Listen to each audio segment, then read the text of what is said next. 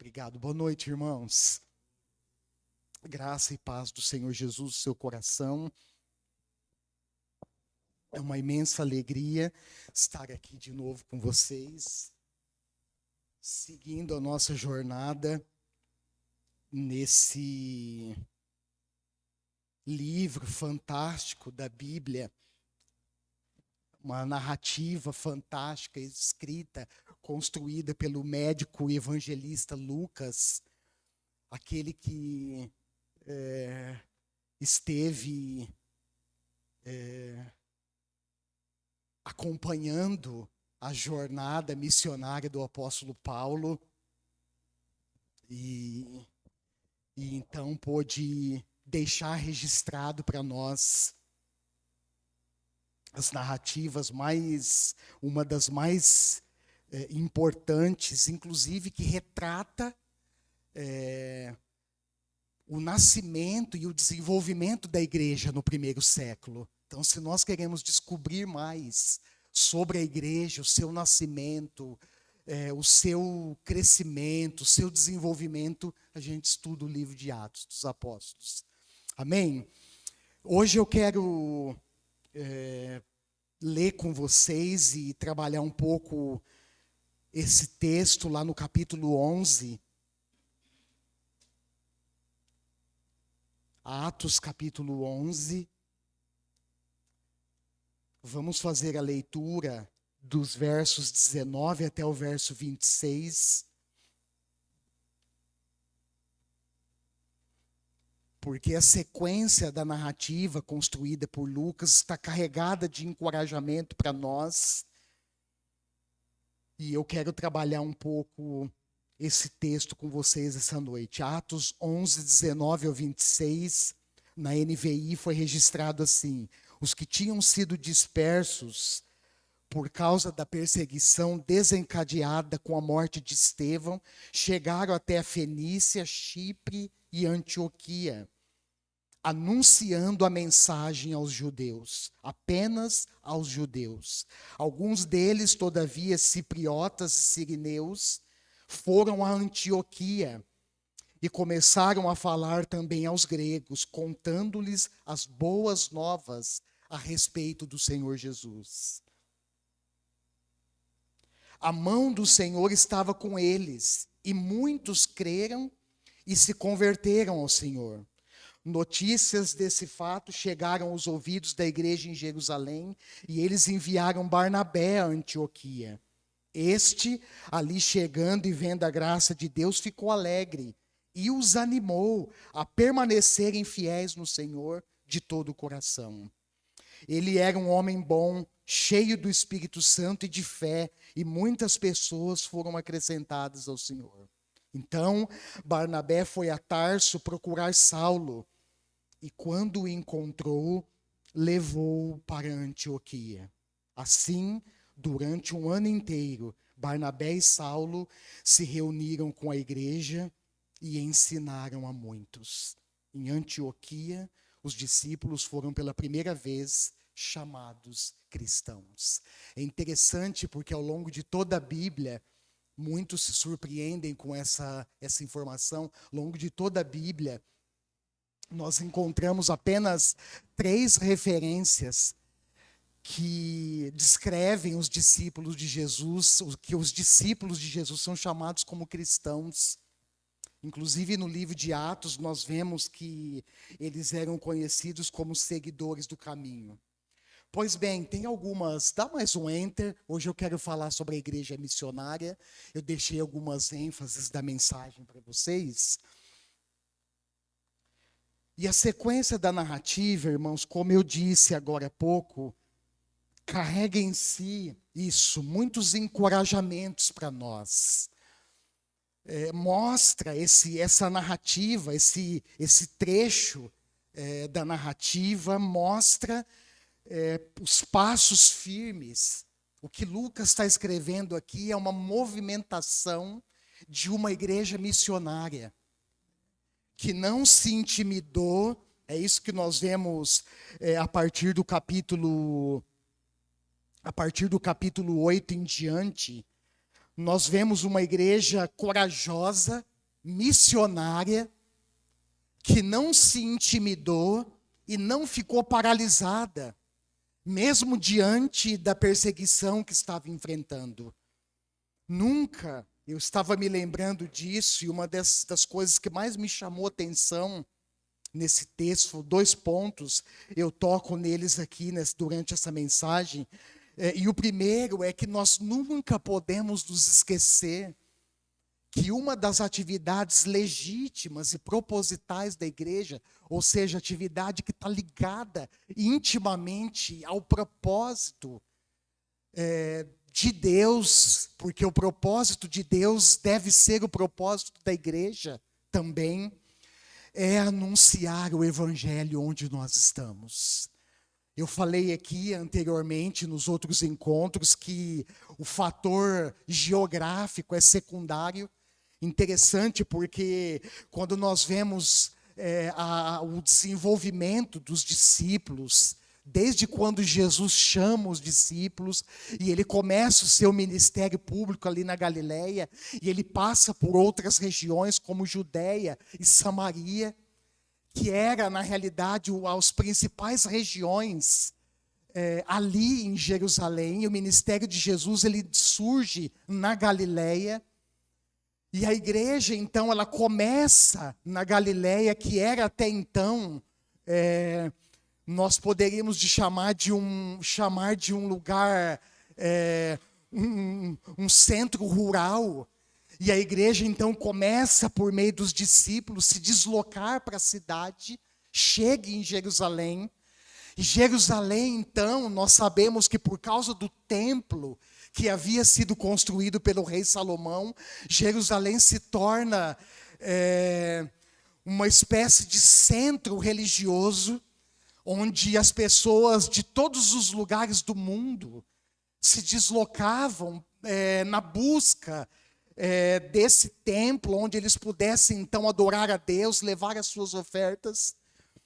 E nesse momento, nós vemos a igreja ela ganhando um curso internacional. Isso é muito legal, isso chama muita atenção, porque Antioquia, esses 2 pontos que são mencionados aqui, 3, Fenícia, Chipre e Antioquia, eu quero destacar a Antioquia, porque naquela época era uma cidade cosmopolita, era uma cidade, a 3ª maior do Império Romano.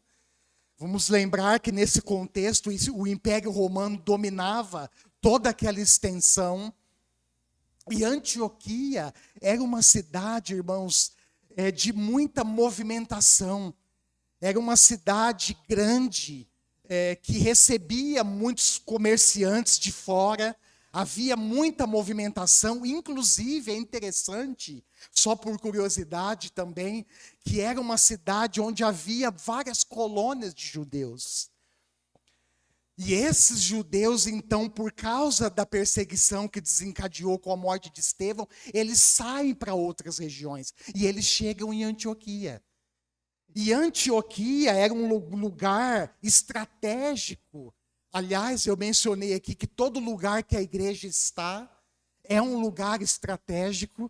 Nós não podemos perder isso de vista, porque a missão da igreja, irmãos, ela começa no contexto local, é onde nós estamos. Aquela ideia que missionários eram apenas pessoas chamadas por Deus, preparadas por uma igreja local e enviada, especialmente nas missões que nós chamamos de missão transcultural.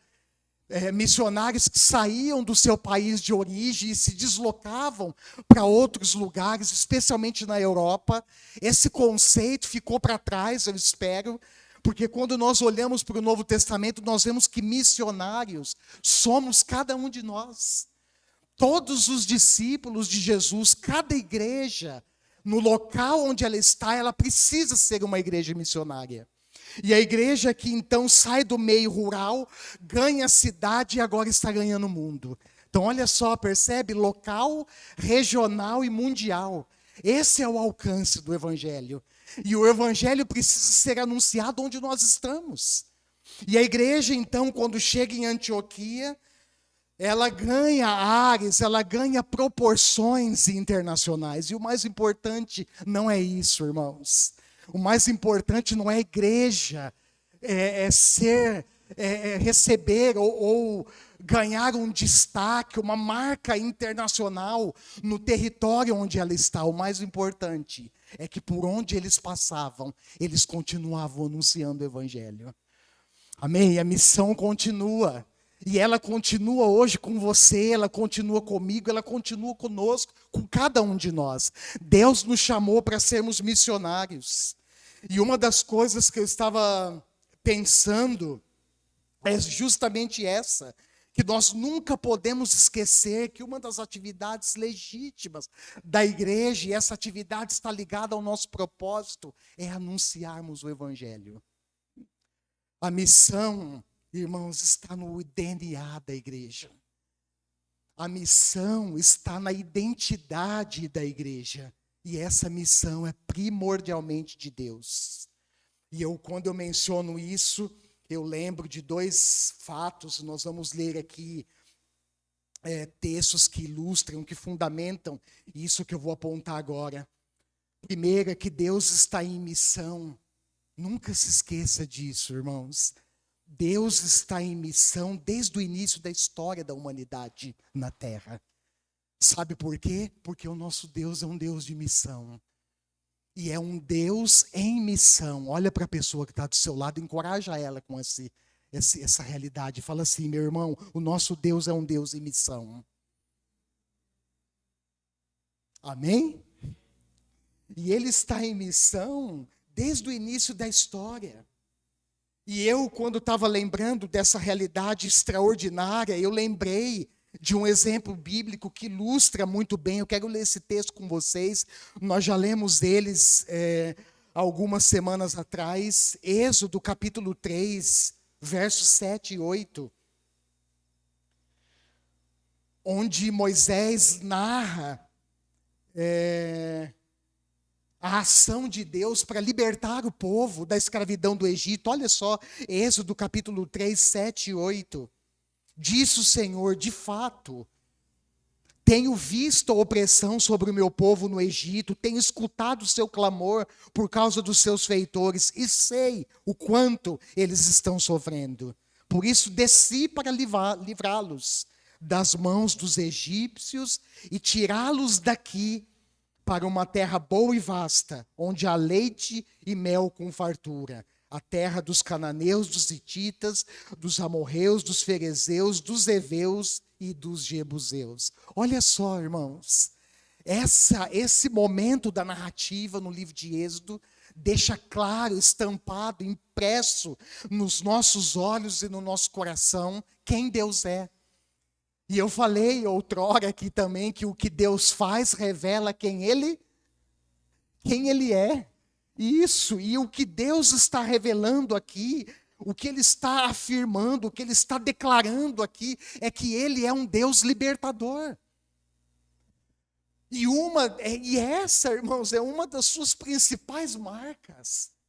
É uma das principais marcas do agir de Deus no mundo. Deus é um Deus libertador. Porque a liberdade, ela sempre foi importante para Deus.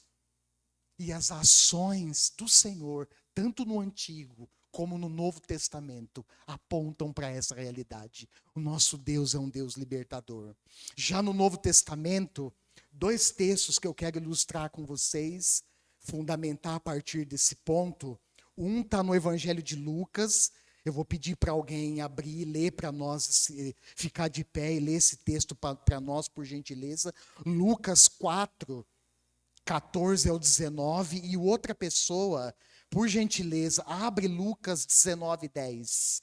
Esses dois textos, irmãos, primeiro Lucas 4, 14 ao 19, esses dois textos mostram claramente para nós que essa realidade desse Deus libertador, ela encontra a sua expressão máxima no seu Filho unigênito, que veio ao mundo para libertar os cativos, que veio ao mundo para salvar os perdidos. Esses dois textos vão mostrar para nós. Alguém, por favor, Lucas 4, 14 ao 19. Pode fazer leitura.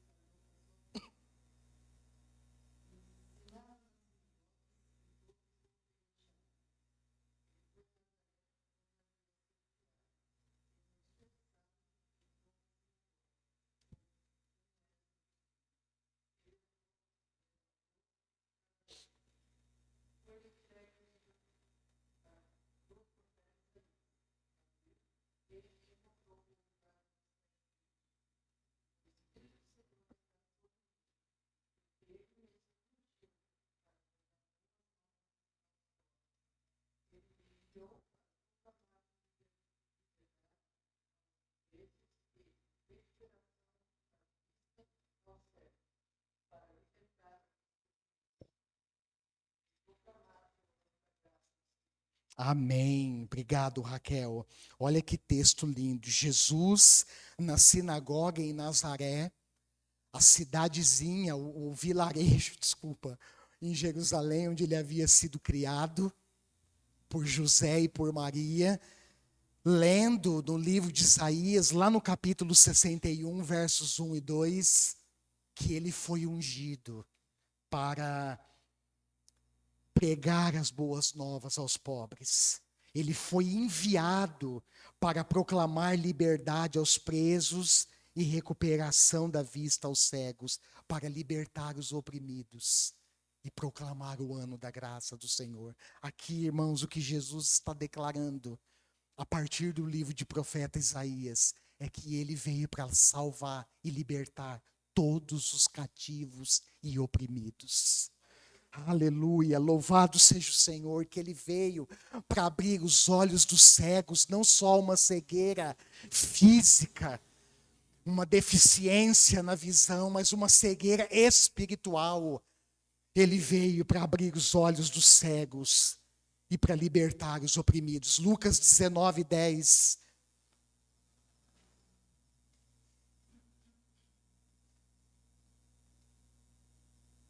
Alguém abriu esse texto? Vamos lá. Pois o Filho do Homem veio buscar e salvar o que estava perdido. Uma fala do Senhor Jesus diante de Zaqueu, um chefe dos publicanos,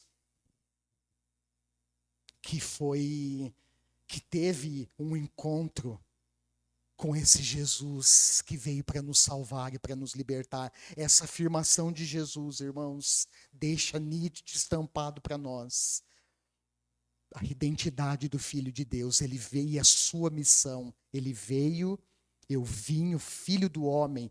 Essa é uma expressão que Jesus usava para falar de si mesmo, pois o Filho do Homem veio buscar e salvar o que estava perdido.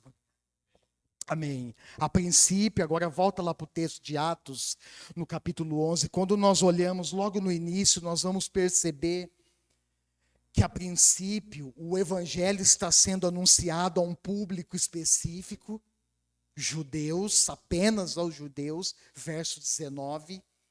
Porém, os discípulos que falavam grego, e é interessante porque o povo judeu é um povo espalhado por várias partes do mundo. Né? É um povo que, desde cedo,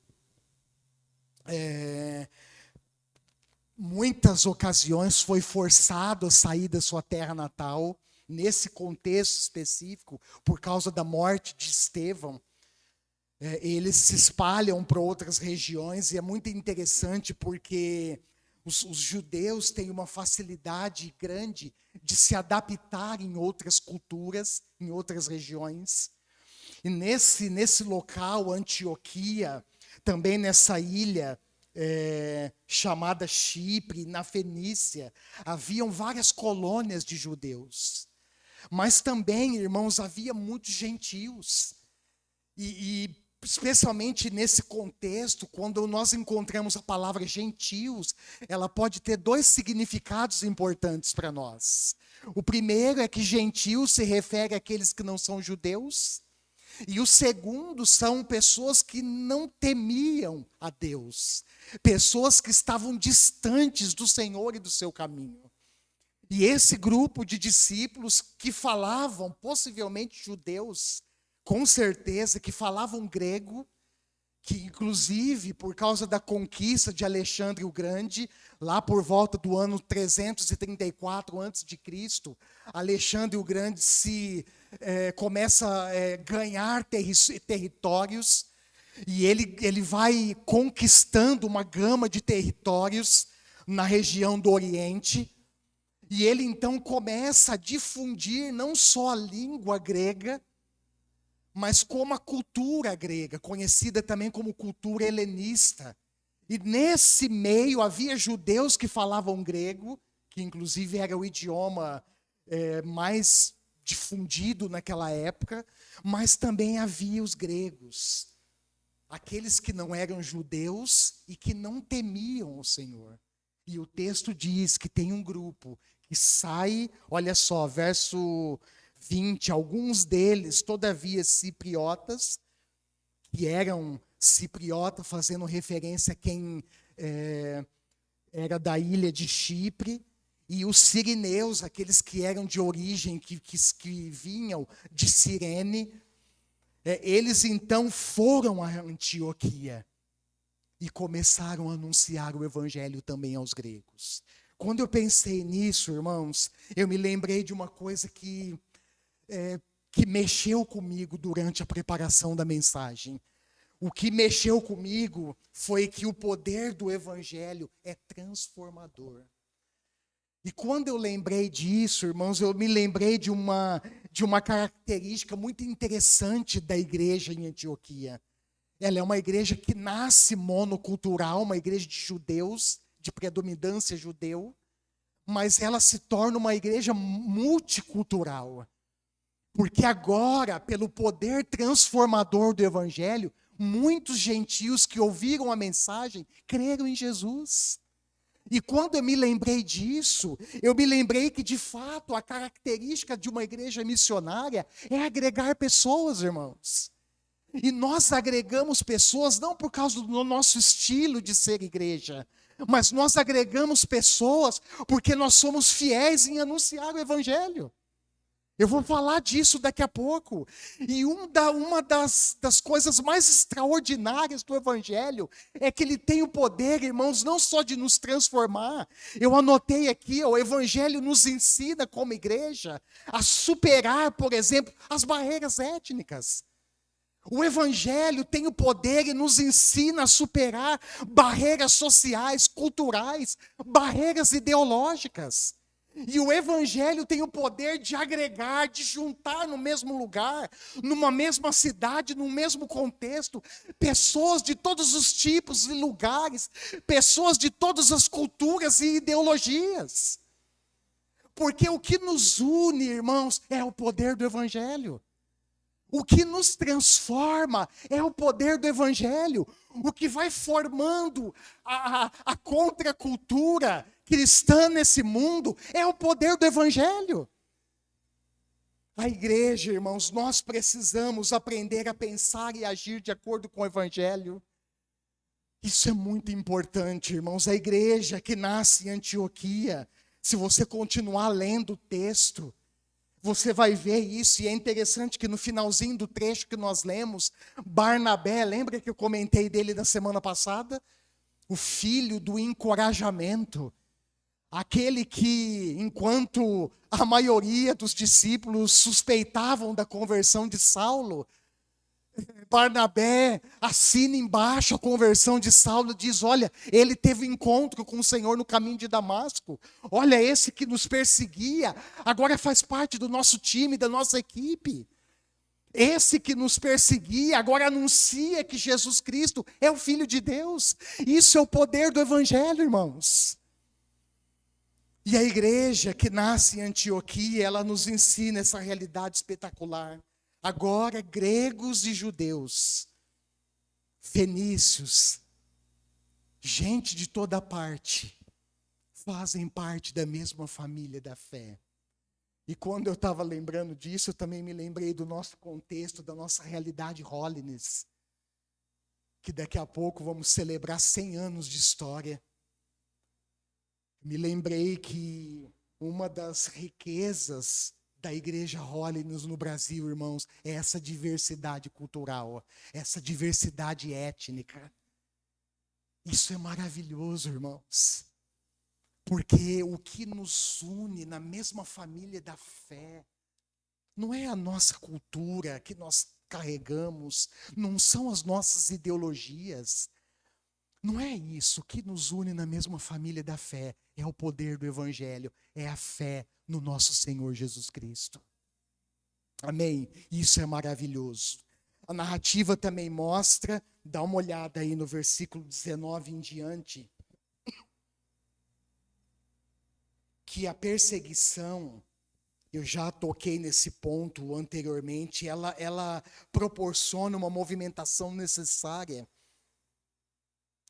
E essa movimentação dessa igreja em missão, dessa igreja missionária, ela teve uma importância, ela desempenhou uma importância central na proclamação do Evangelho, porque lugares estratégicos como Antioquia, eu mencionei aqui, passaram a ouvir o Evangelho.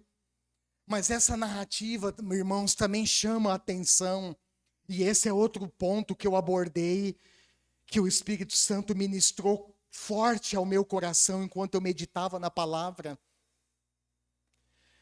para a realidade que nós não podemos perder de vista. Eu falei agora que uma das missões legítimas é anunciar o Evangelho, e o outro ponto que eu quero tocar é que nós como igreja, nós nunca podemos perder de vista, irmãos, e muito menos negligenciar a convicção da nossa missão nesse mundo.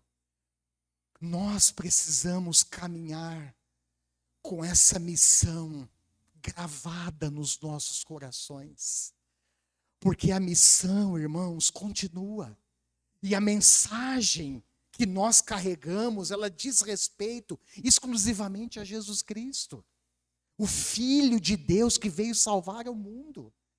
E um dos textos que eu gostaria de ler com vocês, abre comigo, por gentileza, lá no Evangelho de João, no capítulo 3, versos 16 e 17. Esse texto me chama muita atenção, por alguns motivos. Dentre eles é que um fariseu procura Jesus, um fariseu chamado Nicodemos. Vocês conhecem essa narrativa, e Jesus começa então a dialogar com esse homem. E num determinado ponto do diálogo, olha só versos 16 e 17, Jesus faz aqui, irmãos, duas afirmações que mostram para nós, que fundamenta para nós como igreja a mensagem que nós carregamos. E essa mensagem, ela é anunciada não só a partir do que nós falamos verbalmente, mas a partir da vida, do estilo de vida que nós vivemos ao seguir esse Jesus maravilhoso. Olha só versos 16 e 17. Porque Deus tanto amou o mundo, que deu seu Filho unigênito, para que todo aquele que nele crê não pereça, mas tenha vida eterna.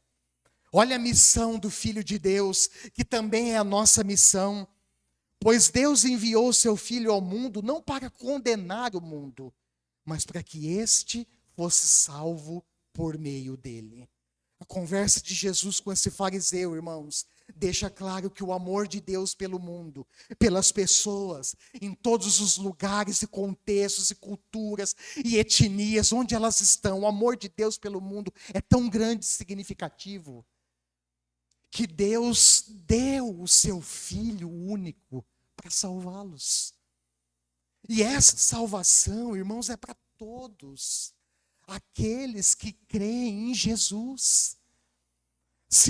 A igreja existe para isso, para dar sequência na missão de Deus no mundo. E nós não podemos perder isso de vista, irmãos. Nós não podemos trocar o M da missão pelo M de manutenção. Nós não podemos simplesmente ignorarmos ou negligenciarmos essa marca da nossa identidade. Nós fomos chamados para anunciar o evangelho no mundo, e se nós perdermos a convicção da missão, nós perdemos a nossa identidade e nós deixamos de ser igreja no mundo. Eu confesso para vocês que essa realidade foi uma das que mais mexeram comigo durante o desenvolvimento da mensagem. E o Espírito Santo ministrou algumas coisas específicas para mim nesse sentido. Que a igreja existe, irmãos, a partir da sua identidade. E se nós perdermos a nossa identidade, nós deixamos de ser igreja nesse mundo. Nós deixamos de viver e cumprir o propósito pelo qual nós existimos. O evangelho, meus irmãos, precisa ser proclamado no mundo inteiro. Todas as pessoas precisam ouvir.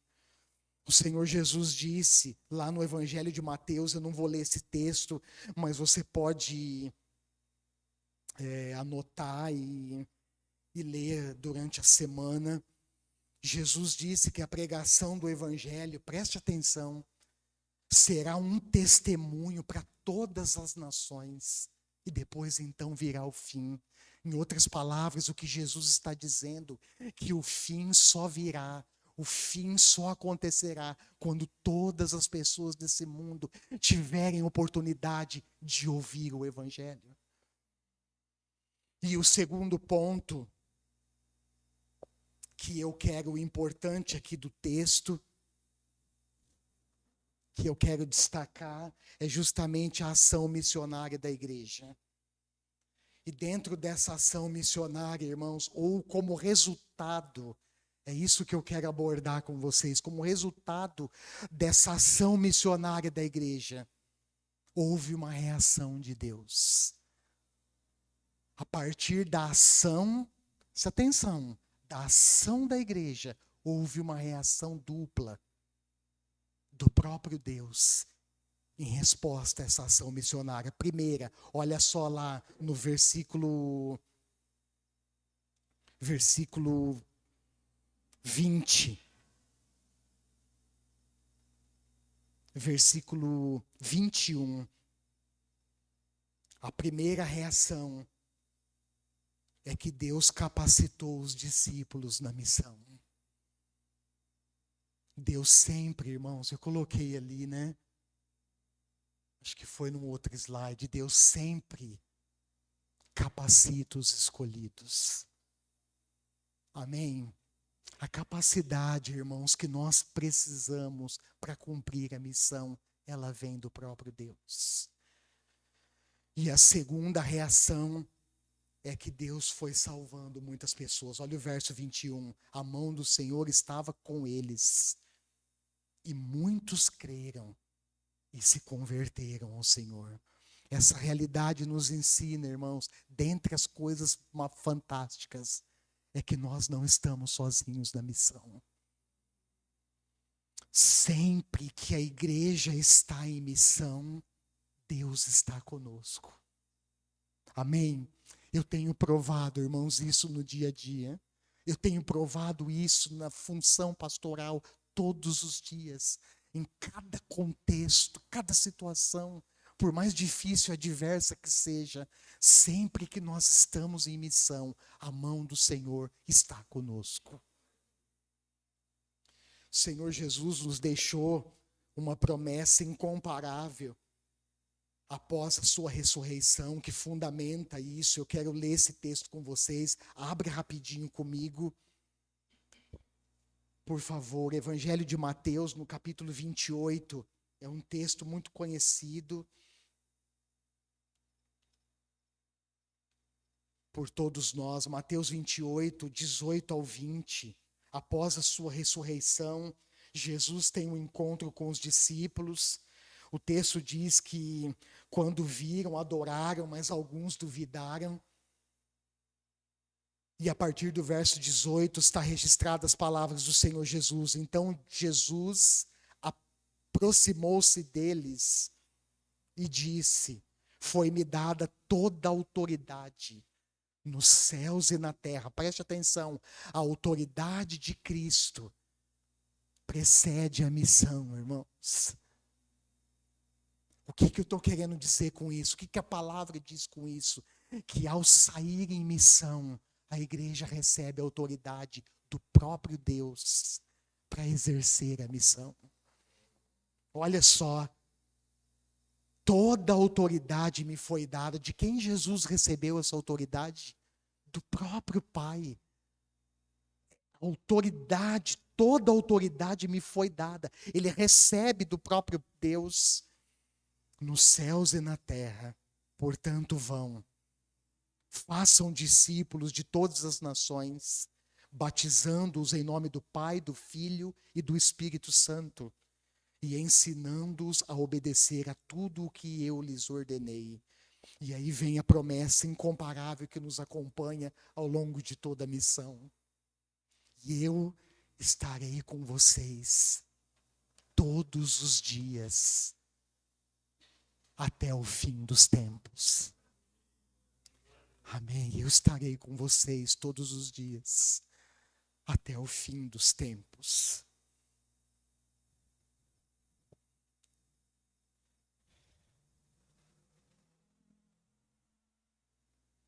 Estar em missão, irmãos, ser uma igreja missionária, significa caminhar em sintonia com Deus e com seu propósito. Missão é fazer exatamente o que Jesus nos mandou fazer. Missão é se preocupar com aqueles que estão perdidos sem Jesus. E se nós olharmos ao nosso redor, irmãos, certamente vou citar esse texto daqui a pouco, lá em João capítulo 4, certamente, se nós olharmos ao nosso redor, nós vamos ter a certeza e perceber e saber que muitas pessoas ao nosso redor estão perdidas sem Cristo. E nós, como igreja, precisamos prestar atenção na realidade que nos cerca. Fazer o que Jesus disse para os seus discípulos numa cidade samaritana chamada Sicar, aonde Jesus teve o encontro. Vocês vão lembrar desse texto, João capítulo 4. Ele teve um encontro ali com uma mulher samaritana no poço de Jacó. E só a título de curiosidade, é interessante que até tempos agora recentes, esse poço ainda tiravam água, irmãos, desse poço. E Jesus teve um encontro ali com aquela mulher, e quando os discípulos voltam da cidade, trazendo comida, eles iniciam um diálogo com Jesus e eles oferecem: Senhor, come alguma coisa, porque eles tinham caminhado um longo período. Jesus com certeza estava cansado e com fome. E naquele momento, irmão, Jesus olha para eles e diz uma coisa que, enquanto eu li esse texto, essa palavra ecoou com tanta força no meu coração e me chamou à realidade, para o contexto que nós vivemos hoje. Um texto escrito há tanto tempo atrás, mas que é tão real e importante para a igreja em missão hoje. Jesus disse lá no versículo 35, eu lhes digo, abram os olhos e vejam os campos. Eles estão maduros para a colheita. E quando nós olhamos o contexto dessa passagem, nós vamos entender que Jesus estava se referindo à salvação dos samaritanos, que creram nele porque ouviram a palavra de Deus. Não só pelo testemunho da mulher que corre na cidade, no vilarejo, dá testemunho de Jesus, que havia revelado coisas particulares da vida dela, mas bem como da própria palavra de Deus, especialmente disso, irmãos. Porque o texto diz que os samaritanos pedem a Jesus para que fique mais 2 dias, Jesus fica. Porque ele tinha noção, a consciência da sua missão, e ele veio para isso. Ele veio para anunciar o reino de Deus, para buscar e salvar os perdidos. Não importa a etnia, a cultura, a posição social, o evangelho da salvação é para todos. E ele, então, eu acho isso fantástico, não vou entrar nos detalhes para eu não me perder, mas eu acho isso fantástico. Porque os próprios judeus rejeitavam os samaritanos, nós sabemos bem o porquê da história, mas o fato é que esses samaritanos que eram rejeitados pelos judeus, pelo fato de ser uma raça misturada, eles convidam o Senhor Jesus. Dá para imaginar, irmãos, uma coisa dessa? Eles convidam Jesus, e Jesus passa 2 dias inteiros com eles, anunciando a palavra de Deus. Eu fico pensando, esses samaritanos tiveram o privilégio que muitos judeus não tiveram naquele tempo. E tiveram, mas rejeitaram, não só a mensagem, mas como rejeitaram o próprio Deus, em carne e osso entre eles. Mas Jesus fica, anuncia a palavra, e muitos creem, ouvem e creem em Jesus. Sabe o que eu fiquei pensando, irmãos? Que só colhe quem semeia. Sabe o que eu fiquei pensando? Que a igreja, ela foi enviada para colher almas nesse mundo, irmãos. Certo, se você olhar para a palavra de Deus, especialmente no Novo Testamento, nós sabemos, nós temos base bíblica para afirmar o que eu vou dizer agora. Nós sabemos que a nossa missão não se constitui basicamente ou essencialmente nisso, nós sabemos. Mas o que fica claro para nós, no próprio desenvolver do ministério de Jesus, é que nós fomos enviados como Ele para salvar os perdidos. E a salvação, irmãos, ela vem quando as pessoas ouvem a palavra de Deus. Só há colheita, nós como igreja só vamos colher aquilo que nós plantamos. E se nós não plantarmos, Senhor, nós não colhemos. E se não colhemos, é porque nós não estamos semeando. O texto diz, irmãos, e esse texto é uma evidência clara para mim, que quando nós somos fiéis no anúncio do Evangelho, as pessoas creem, elas têm a possibilidade de crer e se converter ao Senhor. E por fim, dá mais um enter, Davi, por favor. Eu deixei algumas, eu quero concluir, eu acho que eu deixei alguns pontos, isso também na conclusão. Com base nesse texto que nós trabalhamos, certamente, irmãos, tem outros detalhes importantes e peculiares, mas eu, por causa do tempo, acabei não incluindo, mas eu quero encerrar dizendo que o Evangelho é o poder de Deus para a salvação de todo aquele que crê. Lá em Romanos, vamos ler esse texto junto? Abre comigo, Romanos capítulo 1. Esse texto é um dos textos mais extraordinários das Escrituras.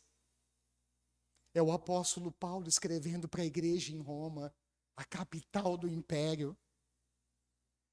E olha só, irmãos, a partir do verso Romanos 1, 15 e 16.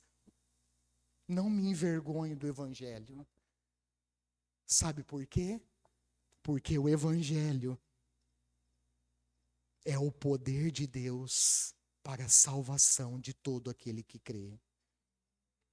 Primeiro do judeu e depois do grego. 17. Porque no Evangelho é revelada a justiça de Deus. Sabe de que justiça o apóstolo Paulo está falando?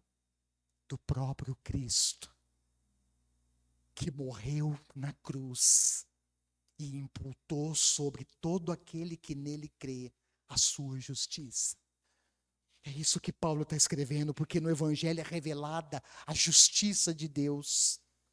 Uma justiça que do princípio ao fim é pela fé, como está escrito, o justo viverá pela fé. Não uma justiça baseada em obras, uma justiça própria, como os fariseus, os saduceus e os mestres da lei alimentaram durante toda a vida. Mas uma justiça, irmãos, que é imputada, é colocada sobre nós. Porque o mesmo apóstolo Paulo, na carta aos Romanos, no capítulo 5 e 6, ele vai afirmar que não há nenhum justo sequer. Todos nós pecamos e estamos destituídos da glória de Deus, mas pela fé em Cristo, nós somos justificados. Ao longo da história, Deus fez seu apelo aos homens através dos profetas. Não é isso que a gente vê na Bíblia, nas Escrituras? Ao longo da história, Deus fez seu apelo aos homens, às nações, através dos apóstolos. E hoje, Ele continua fazendo por intermédio da sua igreja. Nós precisamos ser, irmãos, uma igreja missionária. O apóstolo Paulo, quero ler esse texto também, 2 Coríntios 5, ele nos lembra que uma vez reconciliados com Deus por meio de Cristo, recebemos o ministério da reconciliação. Olha que texto lindo. A reconciliação dos homens com Deus se dá pela fé em Jesus Cristo. 2 Coríntios 5, 18 ao 20, na NVI foi registrado assim: tudo isso provém de Deus. Paulo vem construindo um pensamento sobre a reconciliação desde o início do capítulo, e quando chega nesse momento ele vai afirmando: tudo isso provém de Deus, que nos reconciliou consigo mesmo por meio de Cristo e nos deu o ministério da reconciliação. Ou seja, que Deus em Cristo estava reconciliando consigo o mundo, não levando em conta os pecados dos homens, e nos confiou a mensagem da reconciliação. Portanto, somos embaixadores. No feminino, embaixatriz. Somos embaixadores de Cristo. Olha só, como se Deus estivesse fazendo o seu apelo por nosso intermédio. E o nosso apelo, irmãos, ele não mudou. Ele continua o mesmo que Paulo menciona aqui. Olha a sequência do texto, lá no finalzinho do capítulo, do versículo 20. O nosso apelo continua o mesmo.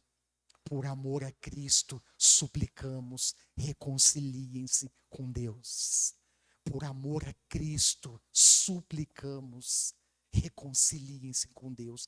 Essa é a súplica da igreja diante dos homens.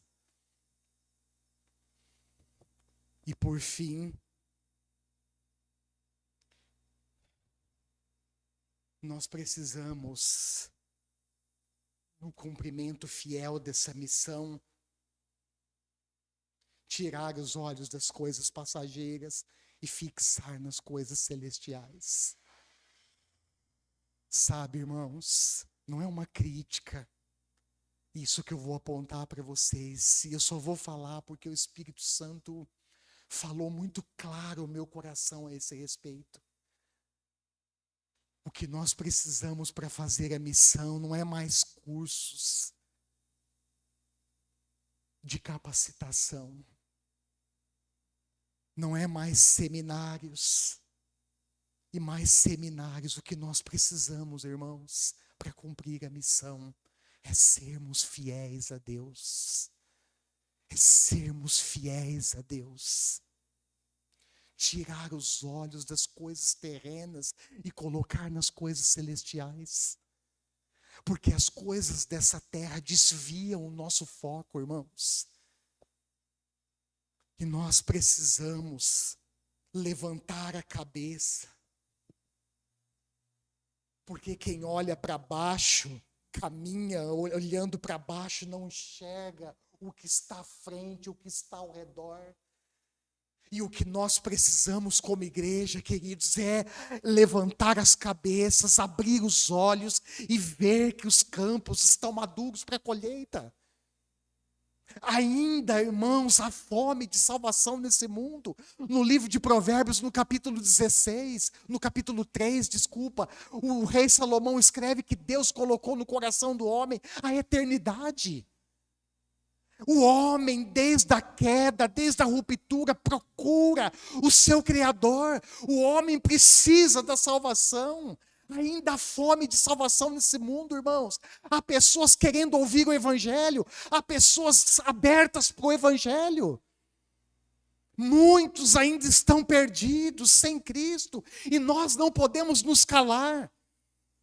A igreja precisa ser uma voz profética nesse mundo. E essa voz profética, irmãos, ela nos coloca no caminho do anúncio da salvação em Jesus. Por meio do que falamos e por meio da obra, ou das obras que nós praticamos diante dos homens. A igreja, irmãos, representa Cristo nesse mundo. Nós temos, cada um de nós como discípulos, carregamos essa marca. Alguns gostam de usar a expressão, traduzir a expressão cristãos como pequenos cristos. Mas o fato é que nós, cristão, ou a palavra discípulo, as duas nos colocam no caminho da obediência, de uma relação concreta e real com Cristo. E seguir a Cristo, irmãos, eu quero encerrar com isso.